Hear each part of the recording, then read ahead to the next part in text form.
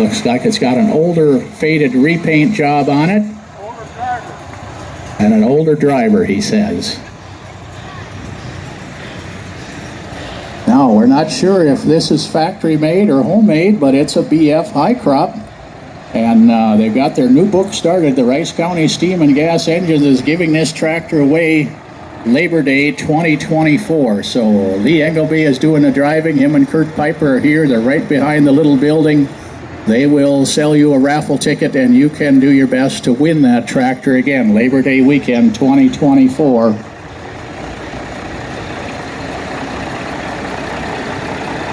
G1000 Vista. Vista meant you sat way up high. Actually, the seat bracket is on the fuel tank. They moved the fuel tank behind the driver. He's sitting on top of it. 1968. Should have the big 504 engine in it. They built them in the different versions. This one's a diesel. They also had LP gas. They also had them with cabs and without cabs. This is one of the G700 series. I think that's Jim doing the driving.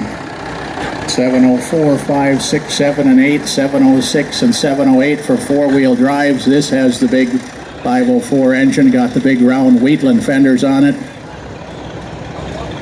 You got a lot of tractor when you bought a Minneapolis Moline. And this tractor is probably one of their big Mo series, but I looked at the plate. That's an Ottawa loader on it. Painted an industrial bright orange color for visibility. Industrials were painted either yellow or orange. It has the big Minneapolis. It was a big Mo 500 then. All right, very good. A B110 Allis-Chalmers Garden tractor. They've got their fans. And those old Allis Garden tractors, they hold up well. They were built for Allis by Simplicity. And when Allis went out, Simplicity was able to get away from that, and they're still in business. A 200 Farmall is the upgrade of the Super C. But all they did was change the hood and put the chrome letters on it. Still basically the same tractor. A Super M Farmall, they tweaked the engine, they gave it a little more cubic inch, and they tweaked some of the gears, at least 2, 3, and 4, so they had a little better gear ratio in them. 264 cubic inch versus 246 with the standard M.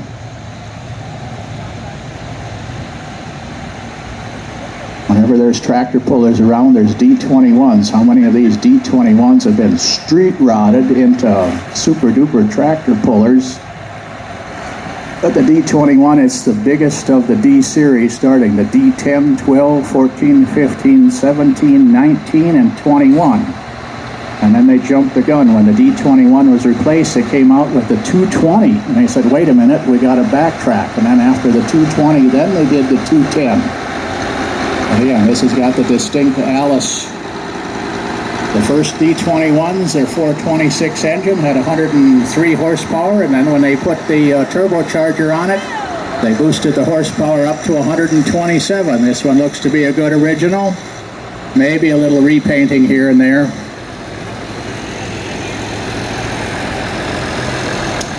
1466 with duals on it. Next to the biggest of the 66 series, I think it has the big 436 engine. It's got the turbo. It's got the extra long axles, but the duals are on with bands or spacers, so you could put hubs on those duals, hubs on those axles, and have factory type of duals.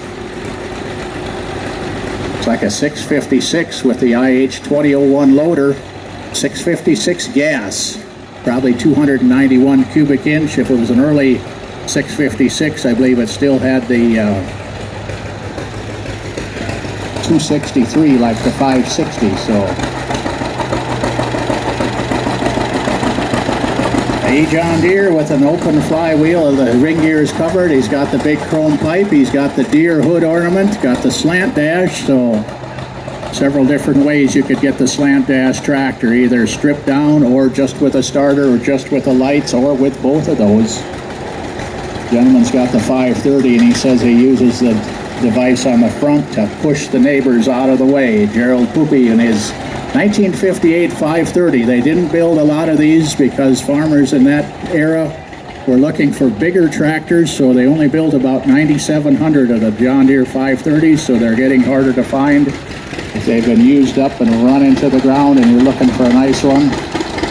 Marlon Greer's got a tractor, been in his family since his grandpa bought it. It's the original paint, as best as he can sell. Tractor came without tires for a while, but then they got the tires put on it. So again, an original G John Deere. Been here at the show a few times. Got some wheel weights on the wheel centers in the back. Another G. You can tell it's a G. There's an offset in the frame. Another unstyled G. He's got disc wheels on the front. And he's got some, it looks like some home fabricated spoke wheels on the back. They have the wheels like that. The wheel tractor's lighter. They can pull in the lighter class if they're doing tractor pulling. The Massey 22 is in between the 21 and the 23. Well, I don't remember a 21 and a 23 because the 21 was called the Colt and the 23 was the Mustang. Tractor's all about the same size. Little Continental engine in it, but Massey had a number system. They had the Model 11, which was the Pony, this 22. Then they had the 33, the 44, and the 55 standard. There's a nice looking Oliver 77 complete with the side panels and a nice factory wide front on it, and an Oliver Superior spreader. Superior was one of the companies I think that was involved with the merger. The spreaders said Superior and also the grain drills said Superior, possibly some others as well. And before Massey came out with the 33, they had the Model 30. This looks to be in original shape. All of the Massey tractors have troubles with the fuel tanks, and so they stick out like a sore thumb. They have to change them. But once again, the Continental four-cylinder flathead, they built the 30 until 1952, and then I think that's when they introduced the 33. Pride of ownership, the Jeep 1987 J20. Young Mr. Roberson is taking care of that truck.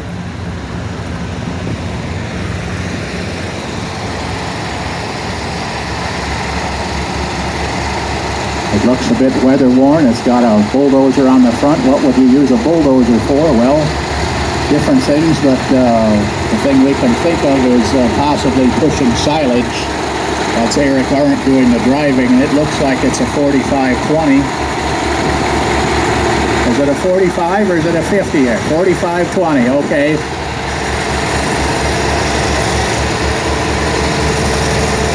And it's got a four-bottom rollover plow. A rollover plow is where you plow the soil all in the same direction. 4520 obviously would have enough power for that. Here's a nice 3020 gas. We can see the carburetor. 3020 has got a little more cubes and a little more power than the original 3010. The 4250, the 50 series was the third series after the 30 series. And it probably has a little more snooze to it. Probably about the size of a 4020. John Deere got quite a bit of mileage over there out of their 404 six-cylinder engine. The 4020 diesel, it's got the nice aftermarket step. That's the best thing you can do for these John Deeres because the factory step is lacking, especially you get a little bit older and it's hard to get your foot on that little step. So again, bread and butter tractor from John Deere. We've got a John Deere A set up for pulling. They've got the spoke wheels front and back. They've got the weight brackets on it.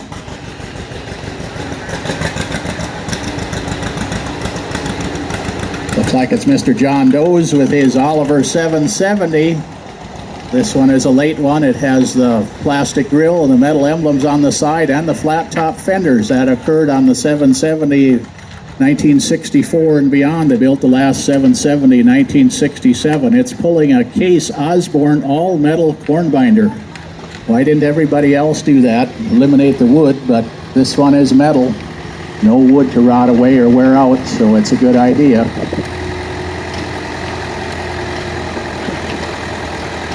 And I believe this is from Eric Arndt's collection. Mr. Bruce Pearson out of Red Wings doing the driving. This is a John Deere. I believe it's a 3010 Industrial. And then this is one of Eric's corn shredders. 3010 diesel. Again, most industrial tractors are painted yellow or orange for high visibility because they were being used out for different projects, different work besides farming. And the red corn shredder is from the Rosenthal Company, one of the makers of corn shredders. 730 case. This is pre-Comfort King. It's got Comfort King sheet metal, but you're still sitting on top of the rear end. The 730, this is a dual range transmission, no case-o-matic. And it looks to be a case plow. Familiar green and flambeau red of the case. 3 bottom. Here's a big A set up for pulling. Got a Farm Mech toolbox on it. Got some big Firestone tires. The tractor pullers, I'd understand, would be pulling, but Larry, the cable guy, did some welding on their sled, and he didn't do a good job, and these broke. So he didn't get her done. He got her broke. 560 diesel, 282 cubic inch 6-cylinder engine. 560s came out in the summer of 1958, and they lasted until 1963.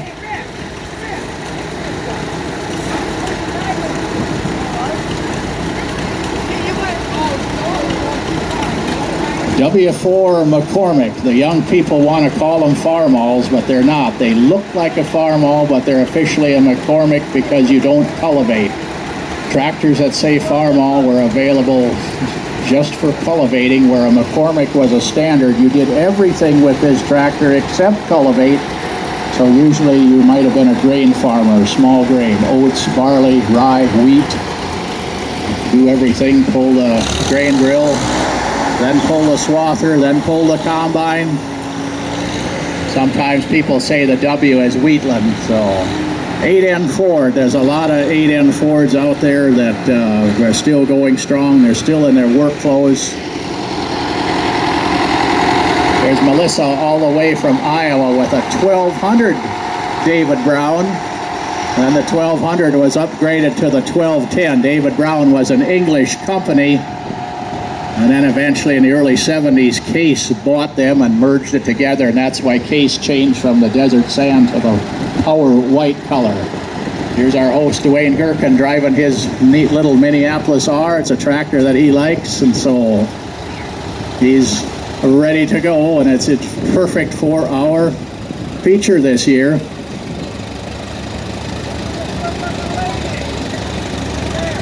Hey, does your wife know that gal is there? He says she doesn't care, so all right, fine.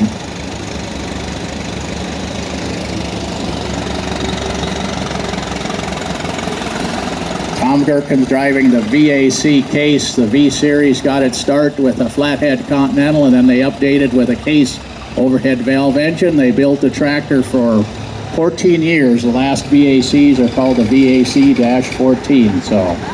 Got a Jetstar Minneapolis with a 1610 Oliver loader. I think the Oliver loader was painted yellow to bolt right on, so 1970 Jetstar 3 with the bale spear. Sometimes the color doesn't matter as long as they're getting the work done. 1969 M670 gas. It looks to be a tractor that's big enough to do the job and yet not so big to be too clumsy. There's a lot of 670s that roll past me in the parades.